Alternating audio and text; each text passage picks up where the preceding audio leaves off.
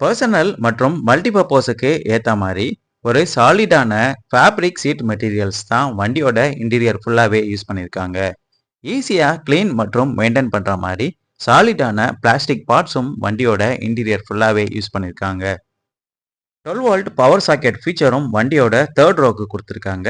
Vacuum cleaner இல்லைனா mobile charging பர்பஸுக்கு கூட நம்ம இந்த சாக்கெட்டை யூஸ் பண்ணிக்க முடியும்.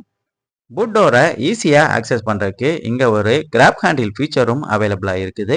நம்பர் பிளேட்டோட நைட் லேம்பும் நம்ம இங்கே கிளியராக பார்க்க முடியும். ரிமோட் கீலெஸ் என்ட்ரி ஃபீச்சர் பொறுத்தவரையில் பேஸ் வேரியண்டான எல்எக்ஸ்ஐ வேரியண்ட் தவிர மற்ற எல்லா வேரியண்ட்டுக்கும் அவைலபிளாக இருக்குது.